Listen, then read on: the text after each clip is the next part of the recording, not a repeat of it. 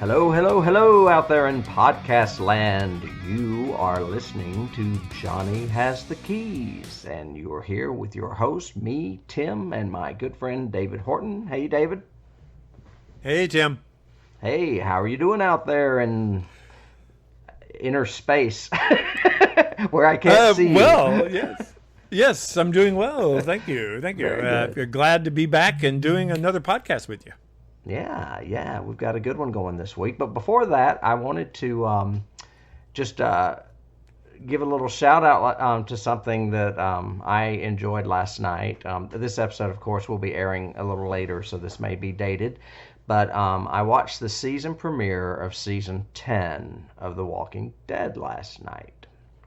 And I thought it was a really, really cool episode. It was directed by your favorite, Mr. Nicotero. I'm certain it was excellent then.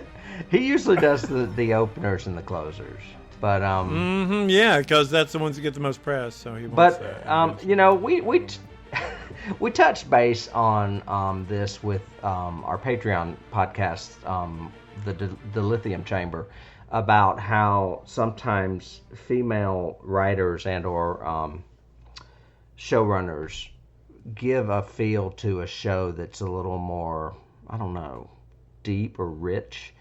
We talked about it with Charlie X and DC Fontana, and this, and God, I can't remember her name, but there is an Asian woman that is now the showrunner on Walking Dead, and she's bringing a real richness to the show, especially considering that the cast is 1,000 now. I mean, there's just so many people on it because it's so successful. But it is, if I remember right, it's been a while since I read the comics. It is a story from the comics where it starts with a Russian satellite in space that is losing orbit and falling to Earth. And on the episode, you know, there are different tribes within the Walking Dead world now. Of course, they scattered the characters we know amongst those tribes to keep everybody's interest up. And basically, it's like something happening with each of those tribes, and at some critical moment, each one is interrupted by that satellite, that flaming satellite falling to Earth. And I was like, wow. Because every time it comes, you almost forget, and then it happens, and you're like, oh, this is great, you know, because it's the common bond with all of them, even though they're separated. Okay. So I just thought it was a cool opener. And they had a great scene with Carol at the end. I'll say that. Anyway, so it seems like Walking Dead is like the 100 now, right? With all these different primitive tribes scattered about and how they are each coping or dealing or whatever. Well, I would say there are 4 tribes and a 5th primitive.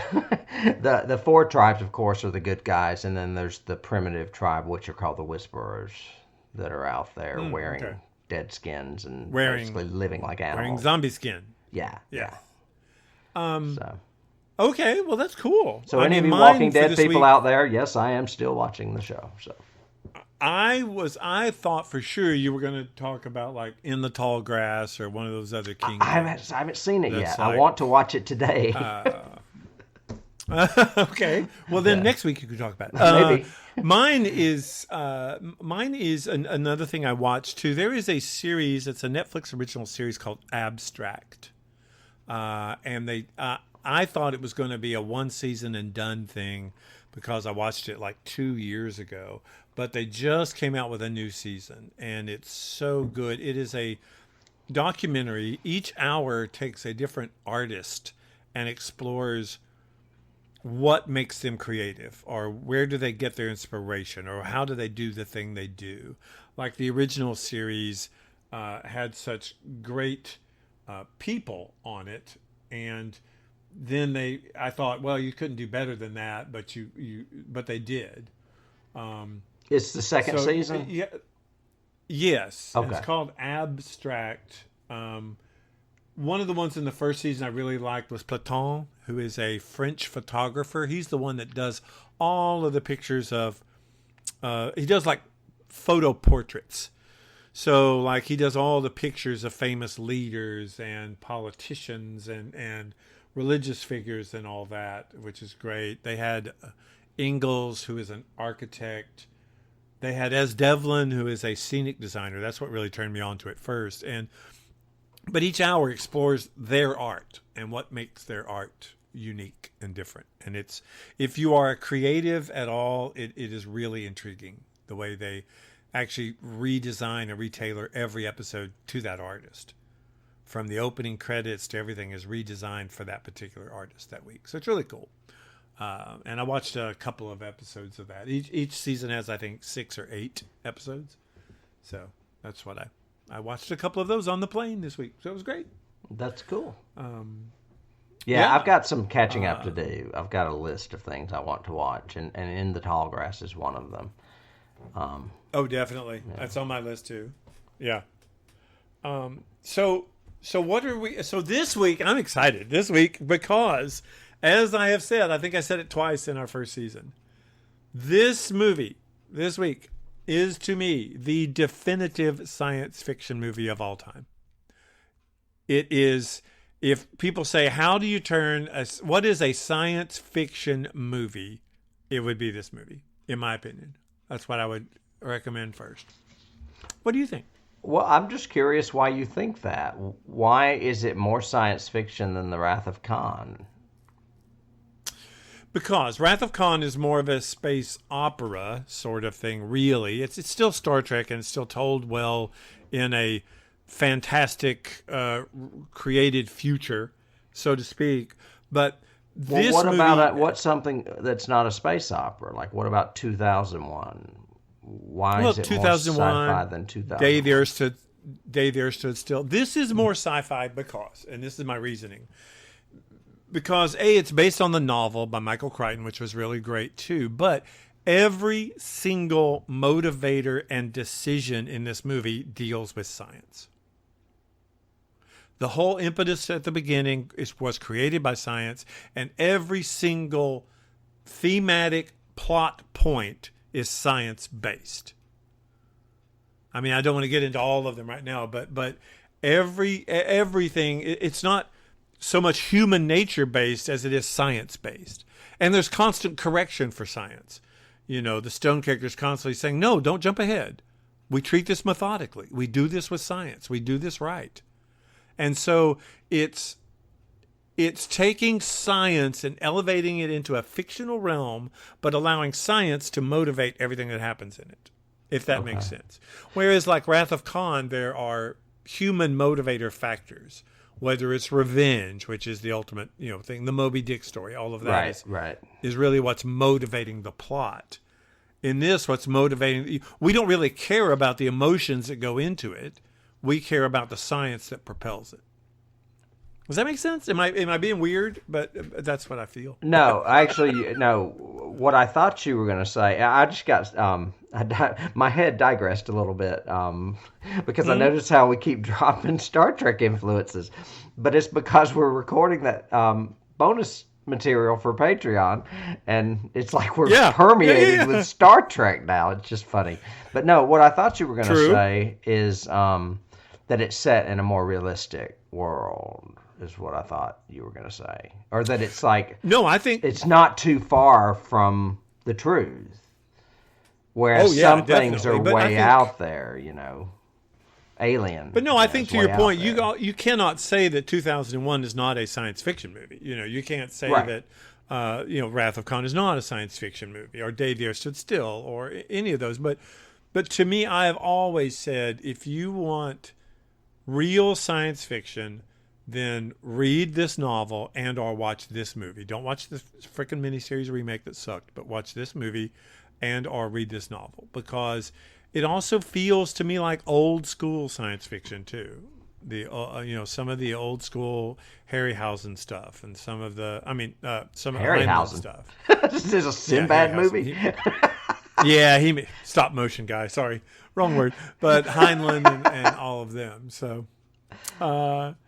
But I guess we're rambling on, but we haven't even said what movie we're talking about. But of course, you, dear podcast listeners, know, because you have clicked on the episode. So So obviously you know what we're talking about.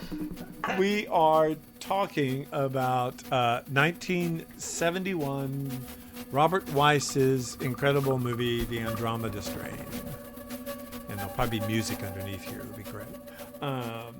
Which was a great movie and well done. A simple synopsis before we... Yeah. The end. Thank you for listening. We'll see you next week. It's a great movie. The end. Cheerio. Brief synopsis. The movie begins with a satellite or some form of space vehicle that has somehow landed in the middle of New Mexico, and they're investigating it. It turns out that it brought a biological contagion back to Earth. We don't know in what form or how. We just know that it killed the entire town. Animals, dogs, cats, people, everything. And a special group is assembled. This group has been planning for this unfortunate contingency for a few years, and they take the capsule along with 2 survivors to a secret underground lab called Wildfire, where their goal is to determine what the contagion is and how to stop it. And the rest of the movie proceeds from there with this group of scientists trying to race against the clock to stop this deadly contagion from taking over and destroying the world. And that doesn't sound like a very original story, because we've seen that since in several keys after that. But this one does it the best, in my opinion. So, I mean, this is one of my favorite movies. I definitely love this movie. What did you think about it, Tim? I think it's a great movie. It's here he goes. It's a little long. Oh my God! Because I think that I don't have a problem with a science fiction movie that is cerebral and that makes you think. But I do think that when that's all you're doing and there's a little less action, that sometimes it does need to be tightened up a bit. But I do like the movie. I especially like the French actress that plays Dr. Levitt. I thought she was fantastic. Kate Reid. Yeah. Yeah.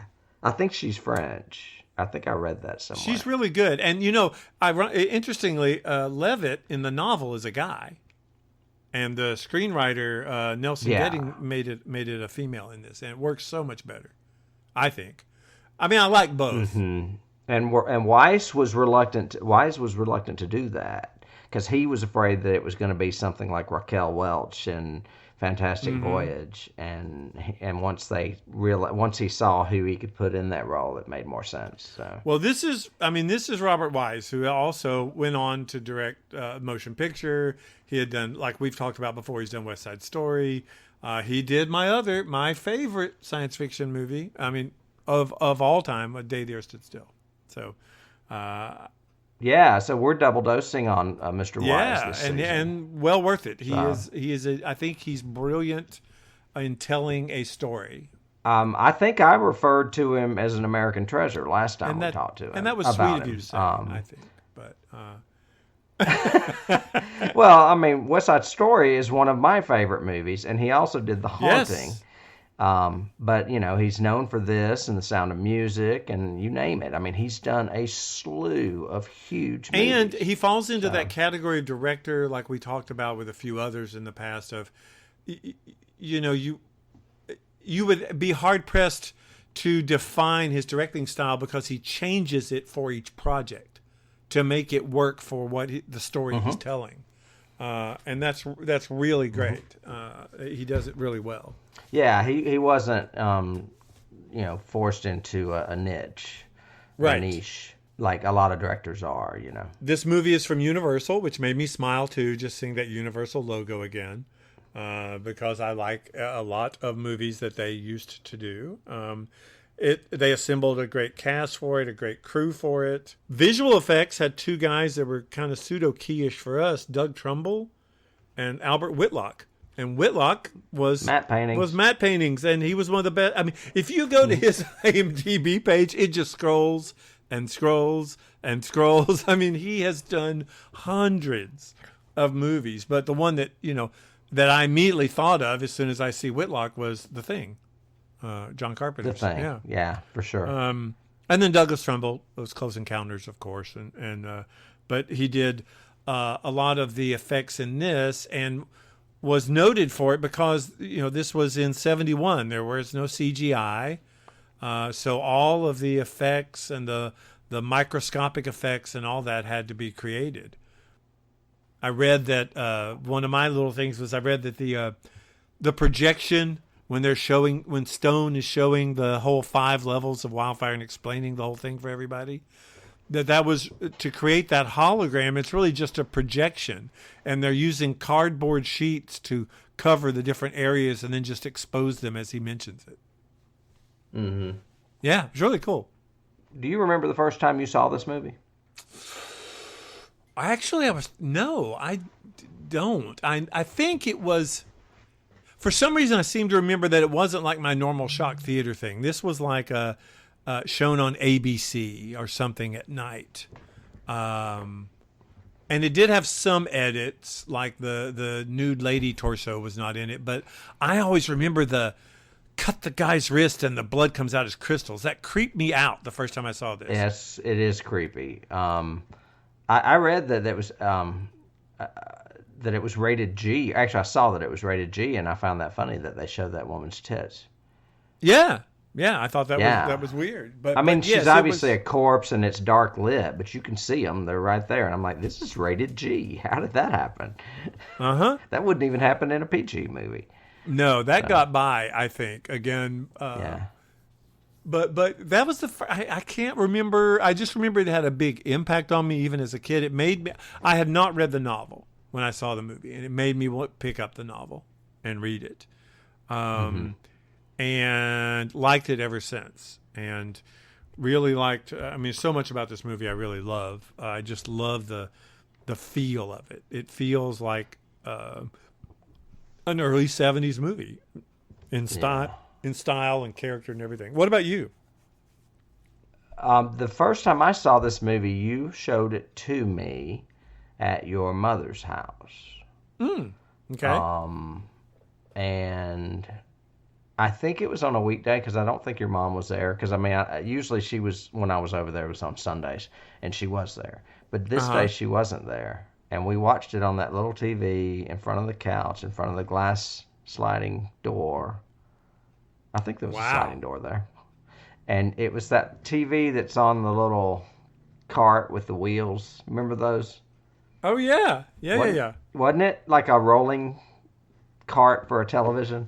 And I can't remember if it was on regular television or if we watched it on videotape. But you wanted me to see it. Mm-hmm. Well, of course, you have to see it. That's when I first saw it. It's incredible. So there you go. I saw it at your mother's house in the 80s sometime.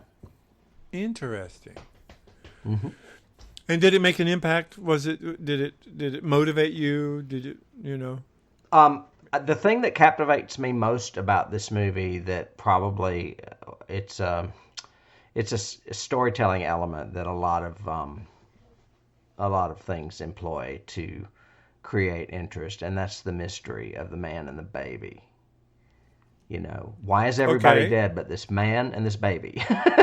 And yeah, that's what I remember the most about it, is that mystery element, which is basically the reason of the movie. I mean, they figure it out at the end. So yeah, I mean, as far as influences on us and the keys that impacted us, that was definitely one of mine, is the whole mystery of even I think Hall even says it. What keeps an elderly man and a young baby alive in the same conditions?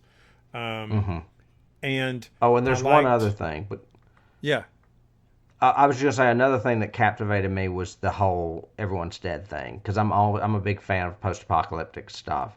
So when all of a sudden an entire town is dead, I mean that was captivating to me as well.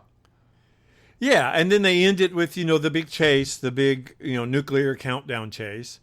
That always got me. And then later on, I began to appreciate the style that Weiss told it in. I began to appreciate, the multi-cuts, split screens.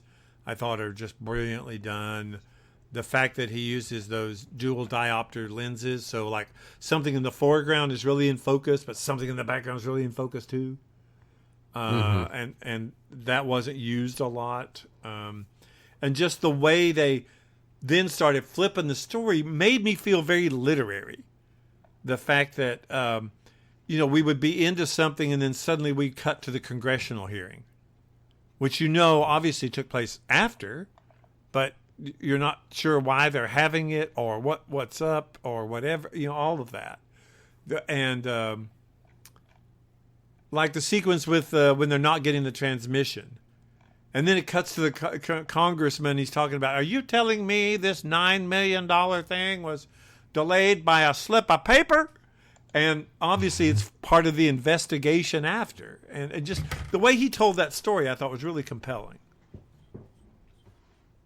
But for you, I guess it needed more fights and faster and everything else because you're so bored with it. Well, no, I mean, maybe a little more creepiness with the town. I don't know. I wasn't bored. I'm trying to be. I enjoy the movie. It's a good movie. It ranks in its place in sci-fi history. I'm a fan of. Well, let's go there. I'm a fan of Michael Crichton. I've probably read more Michael Crichton books than you have. I'm sure. But I also know that he's got some clunkers out there, so he's not always great. Andromeda Strain is great. Jurassic Park is great. At least the book is I like better than the movie. But yes.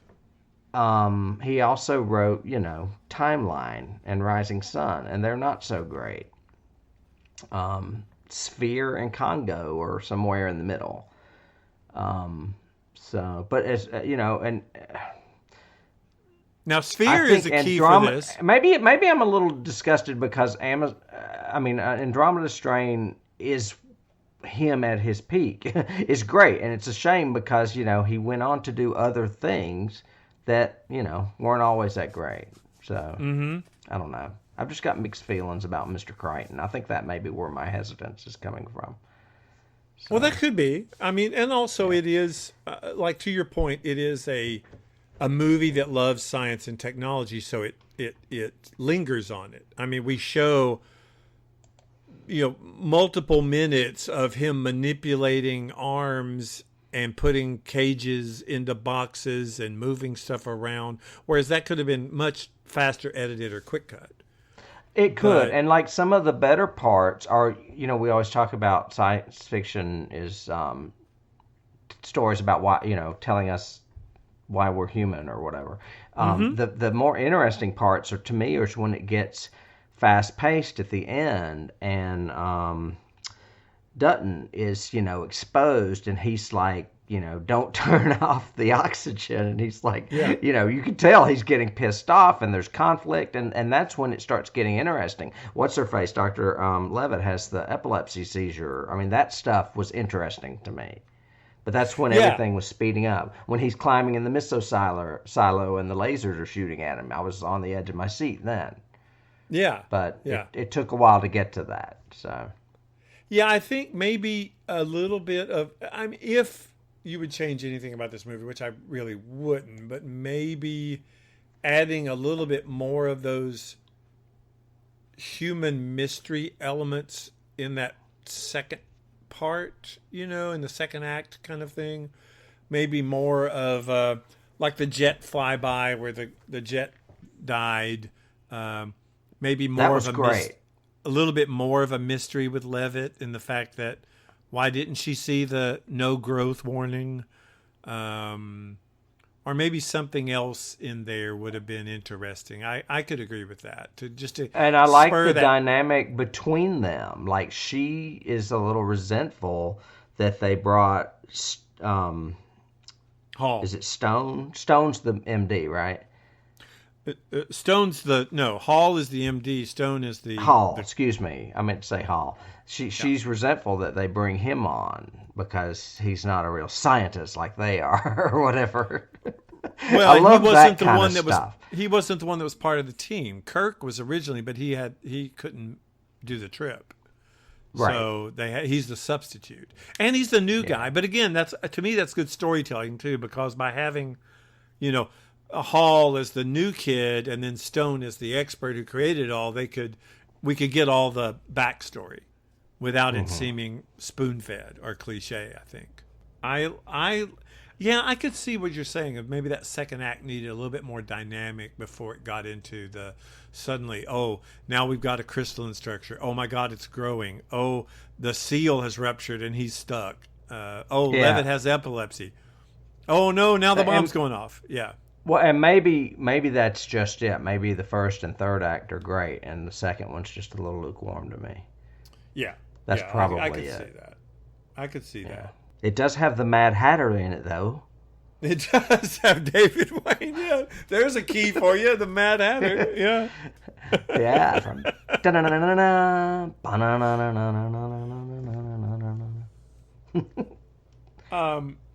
I like the fact that, again, going back to Weiss's style, I've got in my notes. I like the fact that parts of this seem like a documentary almost. The way they'll cut to the ticker tape underneath, giving the day and the time, or the location, or whatever, and then it's filmed very straightforward, very cut back and forth. I love the opening with the disclaimer, and then those credits, which are just like documents superimposed in like a montage of color. I love that. I thought that was fantastic. Yeah, and that little prologue is really cool because it makes you think this is a real thing. Exactly. It looks so accurate. And it's worded in such a way that really makes you feel like, this was the first. What do you call like Blair Witch when they found footage? Found footage, this was like a found footage movie before found footage, kind of thing. These are dossiers that have been unsealed and we're able to share them now, kind of thing. It was really cool. I like I thought you were going to say I like the opening meeting the town. I like the whole town sequence. It kind of got creepy in places, with the way they did the montage and just showing them looking in windows and you're just seeing bodies in various different ways. And my key immediately to that was The Stand. It just reminded me of The Stand. It's very Stand-ish. Yeah. The virus has happened. Everybody's dead now. How do we survive? Kind of thing. It's a biological thing, and in The Stand it was too. It was a germ. I mean, it was a, what do you want to call it? Was Captain Trips, wasn't it? What was it? It was. I'm trying to think of the word. If it's a biological pathogen, I mean, it was definitely a mutation of the common cold, whatever it was. What do you call that? Why am I drawing a blank here? It's not like a bioweapon kind of thing. Right. Yeah. Well, speaking of it, it's a good bridge because I thought that was one thing that I kept thinking, watching it again this week, I thought if this was remade now and this was basically true in the stupid ass miniseries recreation they did, remake they did, but they just barely tap on the fact because the Mad Hatter character, I forgot his name, David, Dutton. Dutton's whole thing was he's paranoid and feels like the military did this on purpose. That they sent Scoop, which is the name of the project, they sent it out to find something biological that then they could turn into a weapon. And he's convinced of that. But they just kind of tap on it. They don't dwell on it. They don't stay. As a matter of fact, the only time they ever have a big fight about it is he and Stone and Levitt. And Stone basically says, stop it. We can't talk about that now. We've got to go with what we have, right? The information we have in front of us. And I think if that was remade now, they would play that much more of, one of them is a double agent for the military who has, secretly, his job is like an alien. He's supposed to capture the virus and take it back to the biolab, or whatever. Mm-hmm. Paul Reiser. Well, he's the Paul Reiser character. Yeah. What were some of the outstanding things you liked about the movie? Like you remember, if we want to talk about those memory keys or whatever, what are those things that stand out to you other than the dead town, which I know you remember?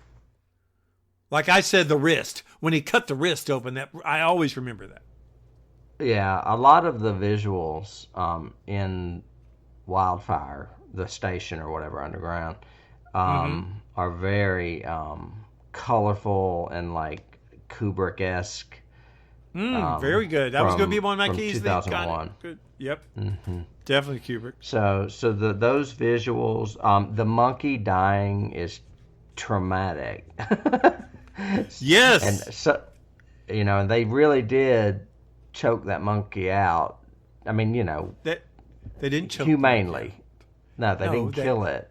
They just gave it some carbon dioxide. That's all. Just a little bit of carbon Don't you know why they want to shock the monkey, Dennis? I mean, David. I called you Dennis. No, yeah, it's so much so that you can actually see the shadow of the guy going in to rescue the monkey before they make the cut. Did you notice that? Yeah, and I did read that the ASPCA did approve that, and it was fine, and no animals were hurt, harmed in the making of this movie, blah blah blah. But it's sad. I think PETA would have a field day today if somebody tried to release this movie. Mm-hmm. I mean, because there's multiple rat deaths, Right. And who knows if they're real or not. And just the fact that they're using them for testing.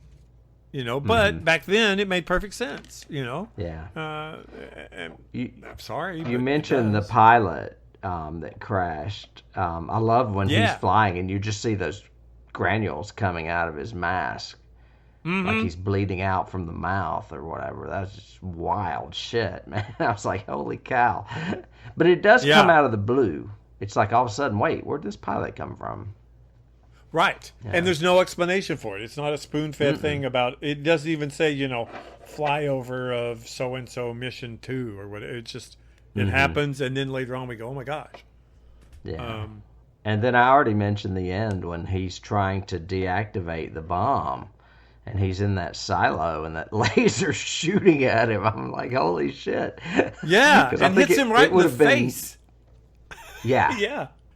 I think it would have been a little bit more accurate, though. I think he would have been toast. Well, it would have gone through him to the back of his skull, probably. Yeah. But remember earlier on, there's just one brief line, because I remember thinking that like the 5th or 6th time I watched this, I thought that laser would shoot right through him or whatever, or through his hand even.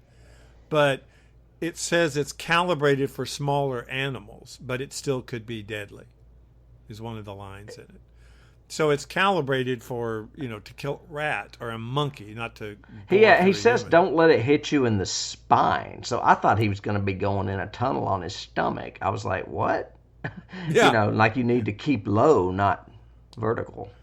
Well, and so you had those you had those incredible graphics of the little square with the arms and the legs moving up the ladder. But it does. It was like Pong. Yeah, it was. Yeah, definitely early. The one that I remember too is epilepsy. I did not know red flashing lights affected epileptics until I saw this movie. Mm-hmm. Well, I don't know if it has to be red. It's got something to do with flashing, though. Yeah, it's the numbers per second or whatever. I guess them. That's why a lot of epileptic people can't play video games, I believe, because of it. Oh, really? Oh, that's interesting. Yeah, it seemed like I remember that somewhere, seeing a warning on like video games or something. And that's probably why they put a warning when they use like strobe lights and things or whatever, concerts or whatever. I love all the variety of poses of the death. I thought that was great. I was going to say, what do you think of the cast? Because it's relatively unknown people. Yeah, I loved the cast. I thought especially Arthur Hill, I've always liked anyway in everything he's done, but I really liked him in this. I thought David Wayne did great as Dutton. Again, I agree with you on Kate Reed. Olsen could have really overplayed that character, but I thought he did it really well. I had said, I've got a Tim casting note. Where is it? Where is it? I've got one that's totally ludicrous. It's about a guy named Grimes. Is he the key? Is he the technician in microchemistry? I can't remember. He's a lower character. But guess what his name is? I don't know. Richard O'Brien. Really? I was like, it's Riff Raff from Rocky Horror Picture Show. That's a good quasi key, I guess, or side Well, key. it's not really him, but he has the same name. I just thought that was funny. Right. But I like the reference. I was gonna. I don't know if we're talking about the same guy. I think we're talking about somebody else. But anyway, there's a technician in the microchemistry lab that's working with Dutton and everything, or working with Dr. Levitt. He is the Klingon from Trouble with Tribbles that gets in a fight with Scotty. That's the same actor plays him. And I have forgotten that totally, and I was watching and went, all to be hauled away as garbage. That's a Star Trek character. What is it? What? And I looked him up. So, yeah. He was in Star Trek before he did Andromeda Strain. I love the cast all the way through. I think they're well done. I like all the corporate bureaucrat guys. I think they're well done and well played. The military guys are well played. So I have no qualms at all about any of the acting or dialogue or any of that. Yeah, and I have no real notes or alternate choices because I guess Weiss went with who he wanted, and there weren't that many choices. I love David Wayne. I was actually going through his resume to see what else I've seen him in, because I seem to remember him from like Hammer films or maybe horror anthologies. It seems like he's just done a lot. And then, of course, I remembered, he's the Mad Hatter on Batman. Yeah, and I think he did several night galleries. He did a lot of television. You could tell that was his bread and butter. I mean, he was on every show that came on in the 70s, pretty much. Yeah, he did westerns, and he was a doctor, I think, on Marcus Welby or something like that. I remember him doing a bunch of television cameos. Mm-hmm. Overall, I love the process of this movie. Again, to me, very scientific. The movie goes step by step by step all the way through, even from how they pick up the guys in their individual labs to how they decontaminate for each level, explaining all they explain process all the way through this, and I just love that. Mm-hmm. I love the whole way they deconstructed everything down to what it was for. I've got nerd alert. Whoop, whoop. Yeah, that'd be me. I've got everything's in the computer. Something that you didn't hear in 1971.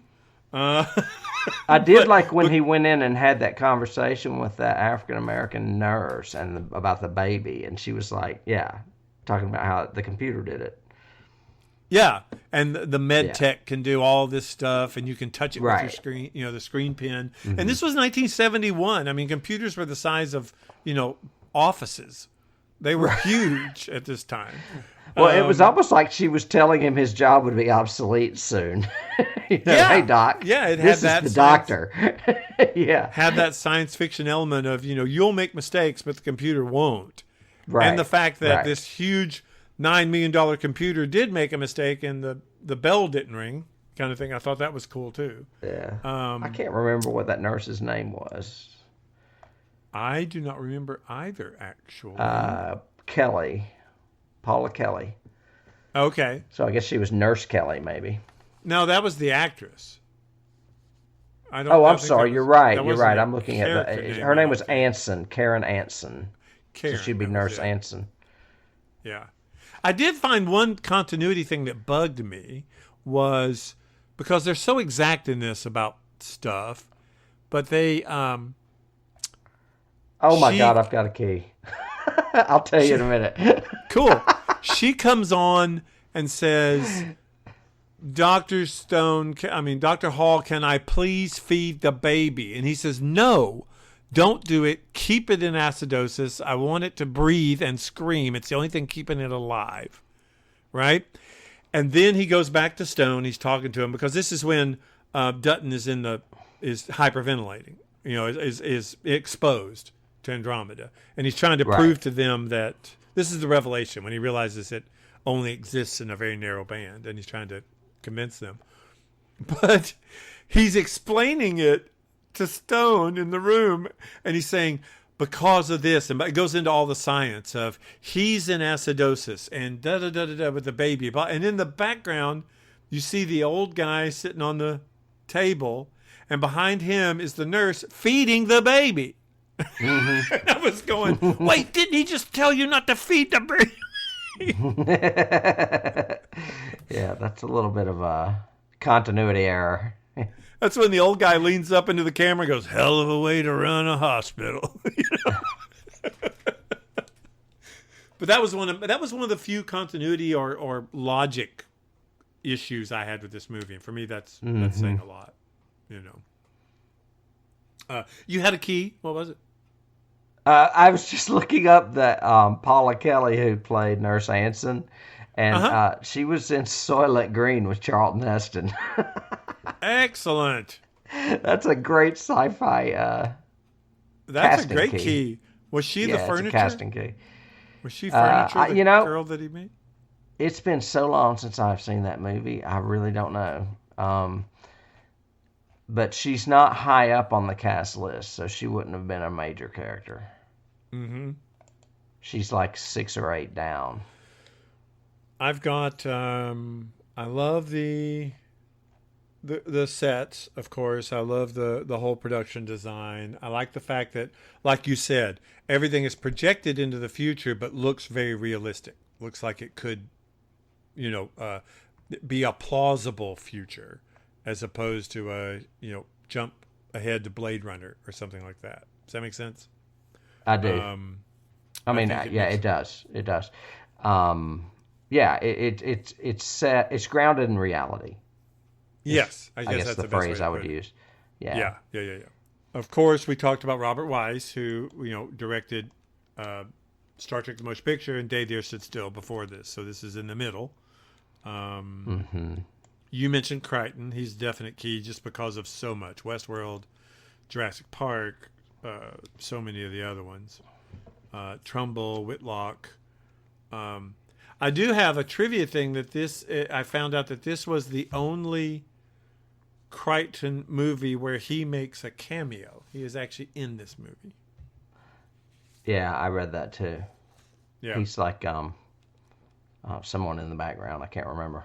I love the whole intrigue stuff at the beginning with all he tells Stone at the party is, "There's a fire, sir," and he immediately goes, "I have to go." And the wife is like, what?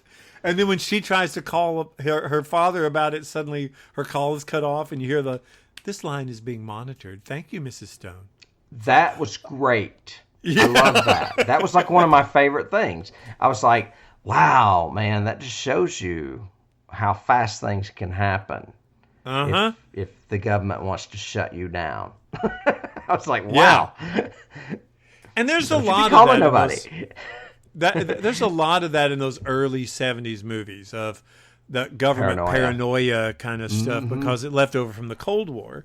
And then it kind of went away, but then it came back, naturally after Watergate and everything else. Well, and I think on an enjoyment level for me, I didn't like that woman, so I was kind of glad they shut her down. She was like, "But my party, you can't take my husband away. I'm having a party." Yeah, wait here. One of my first No, notes, I'll wait here. Sorry. One of my first notes is, how many parties did they have in the late 60s and early 70s? It's like Exorcist too. It's like everybody's having a party at their house. I don't know. And her outfit was just a few years prior to Ellen Burstyn's party and The Exorcist. Yeah. I mean, really. I was like, is that the same hairstyle? I've got a little note. You mentioned that it was Universal. And I read that the sets and props were reused for such television shows as Universal's $6 Million Man, The Bionic Woman, Airwolf, and Knight Rider. All these semi-science fiction shows from the 70s and 80s. Oh, yeah.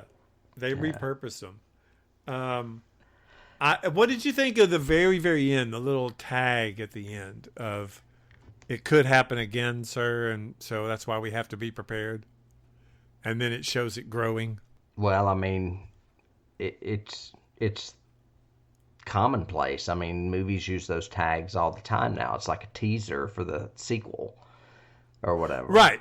But it didn't feel set up to me. It didn't feel like, Jason jumping out on the canoe or something. It felt really like a cool progression, and then the sound got really loud, and then suddenly, and I noticed there's no music for the credits. I had not realized that until this past week when I watched it again. I thought that was So really instead of a Jason Friday the 13th teaser or Michael Myers, it's more like Watch the Skies from the original Yes. thing. Very what good key. Yes. It's that kind of feel to it, and I also, again, going back to my why I support this as the best science fiction movie ever made, is that it's science wins. Science is right in this. It's the way it should be in most things. Yes. Well, yeah. Although it's not very common these days. No. These days, people tend to say, "No, it's not science. Science is wrong. Look at the Earth is flat." I'm telling you. Yeah, and the ice ain't melting. It's just warm out there. It's just warm out there. Ain't no such thing. But there we go. Let's don't get political. You know me. But overall, I mean, I think I didn't pull a lot of key references coming back out of this, other than like, the typical fairly obvious ones of like Contagion, The Stand, anything about a global epidemic that could have been rather than was, even down to what's the one when we first started the podcast? We were both watching the series. You watched the whole thing and didn't like it. I watched the first 2 episodes. Vampires in the military base. The Strain. No. Was it? No. No. It was shit. It was the other one. It's called The Passage. Shit. Yeah, and it was shit. But anyway, it was shit. But that kind of thing. Yeah. But I don't think a lot of people have attempted this style. I think I was going to say a lot of the keys I had was the late 70s and early 80s Bond movies, because I think they took a lot of like the opening credit sequence from this, the way they do some of those montage progressions of decontamination and stuff. But not a lot of movies have tried to imitate or steal from Andromeda Strain. So I think that's why I don't have a lot of keys from it. I only have one that I can think of. Okay. Do you? And this is gonna. I've mentioned this briefly in an old podcast episode, and it was an aside. But there was a movie. I think it was a TV movie in the '70s called "Where Have All the People Gone?" with Peter Graves. Mm-hmm. Do you remember that? Vaguely, yeah. It's like all of a sudden these people wake up and there's no one around. And when they go to find people, instead of finding a body there's just their clothes and like some sand. Like they've all turned to dust. And it's got something to do with the sun or something. I can't remember. It's crazy, I'm sure. But it's these like 4 or 5 people, including Peter Graves, going around trying to figure out why everybody disappeared. Interesting. Where are all the people gone? I did have a key that the whole beginning, very, very beginning. So it's these 2 military guys who are sent in to get the capsule, and they report back to base. Well, when they report back to base, it's all heard just on audio on the base's speakers. And it's very heightened. It gets really creepy. It gets kind of very intriguing. And it reminded me of War of the Worlds, the radio broadcast, not the novel.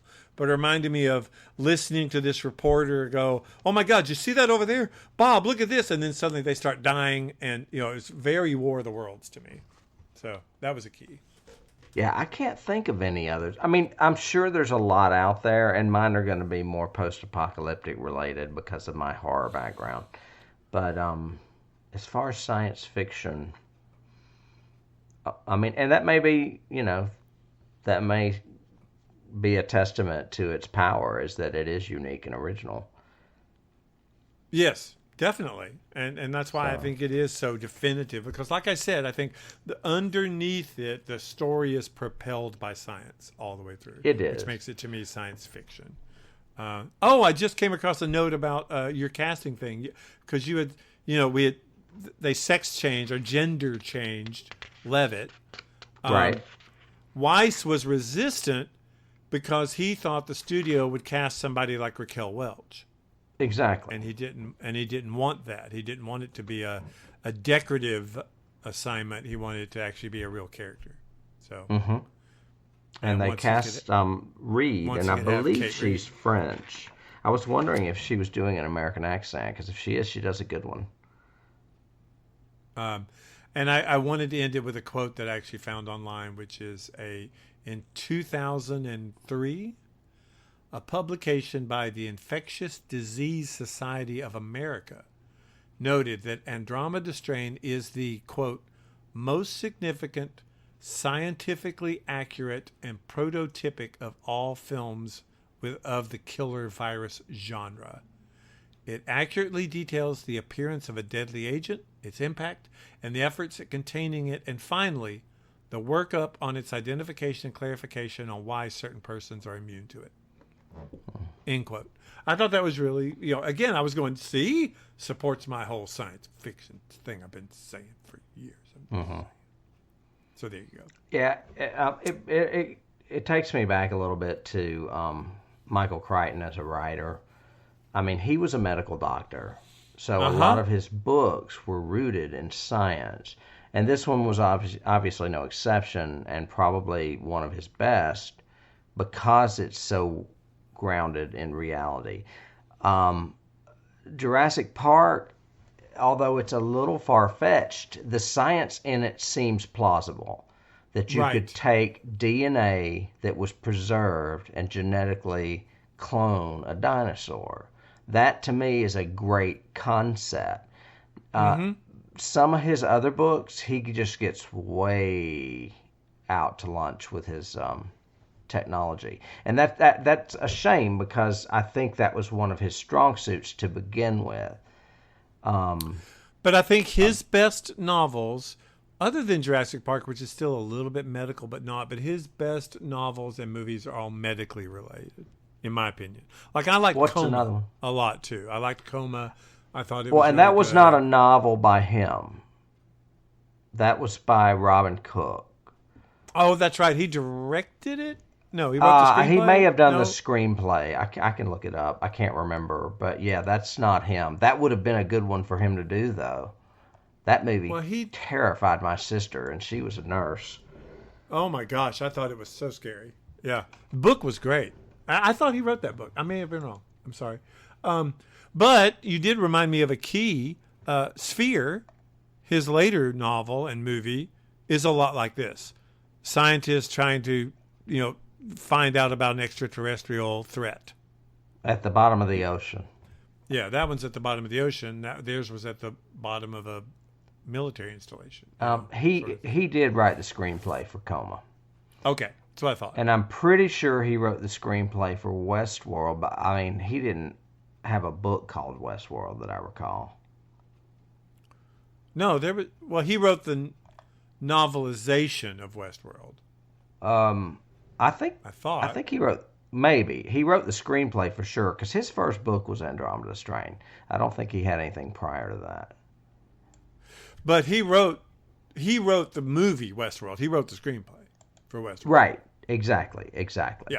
And he wrote the movie screenplay for Coma, but he did not write a book of either one. I don't think. Robin Cook wrote Coma, and I don't think Westworld's based on a book. He may have just wrote the screenplay. And I remember Looker. I thought Looker was It was okay. It was kind of Looker? weird. I don't even remember that. What is that? It was in the 80s sometime. It was the one about the models who are digitally cloned kind of thing. Who was in that? Let me look that up real quick and see. Susan Day, Albert Finney, James Coburn. I just don't remember. It's not a book of his. I mean, he dabbled a lot in television. He also did ER for you folks out there. He created Yep, that show. created ER. But he also did a Um, lot of writing just for film, and that's what Looker was. Looker, okay. uh, Westworld, and what was that terrible Gene Simmons? No, it wasn't. Was it? Yeah, Gene Simmons was the bad guy or something. Oh shoot, what was that one called? Um, uh, Oh yeah. That we watched that with Tom Selleck. That's that. Oh, that was a yep. horrible movie. Oh, it was terrible. With the little baby robots crawling Gene around. Yeah, Simmons cannot act, and it's like he's yeah, up that was. against Tom Selleck, who's not the greatest, but pretty anyway. But yeah, and definitely better than Simmons. Yeah, and We went. Me and you saw that at the movie theater, and we were laughing our ass off. I cannot yeah, remember what the name of that movie is. Runaway, Runaway. That was it. Okay, he Yeah. did that. Yep. That was Michael Crichton wrote and directed. Yep. Oh my god! Oh, and I see Looker now. I'm looking through his resume on Wikipedia. So yeah. So that And I'm thinking sucks. So Rising yeah, I Sun should was not check that that. great. Timeline was terrible. Timeline was terrible. Yep. And I don't know. Anyway, he was hit and miss, and I think it's because he got away from what you like so much about in Andromeda Strain, and that is grounding it in reality. Yeah, well, I think what happened was with film, it's kind of like a hybrid of what we said at the beginning. With film, he was pushed more into it has to be faster, it has to have more action, we have to have a chase scene, you have to have a girl with big boobs, whatever, as opposed to just writing his story better. And he started going for cliches and letting and casting Gene Simmons and stuff like that. As opposed Oh, to, I've got to read you telling. something. Okay, go. Well, you know how I have a pet peeve. I mean, I read a lot more, and I know these authors like Robert Ludlum and Yeah. that die, but all of a sudden, or V.C. Andrews, they still have books coming out, and it's like, wait, what the fuck? These people are dead. How are you making money off of them? And I Mm-hmm. knew that Michael Crichton was one of those as well because he's had books come out since he died too. So here's a little paragraph on his posthumous works. I can't say that word. Okay. Pirate Latitudes was found as a manuscript on one of his computers after his death and was published in November of 2009. Additionally, Crichton had completed his outline for and was roughly a third of the way through a novel titled Micro, which was completed by Richard Preston, who wrote The Hot Zone, for you folks that don't know that, and was published in November of 2011. On July 28th, Crichton's website and HarperCollins announced the publication of Dragon Teeth, which was released in 2017.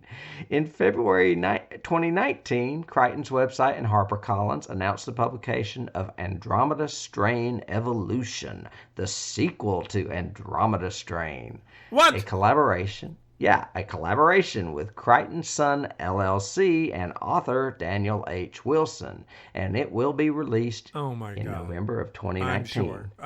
So it will have already been released by the time this airs, David Horton. Yep.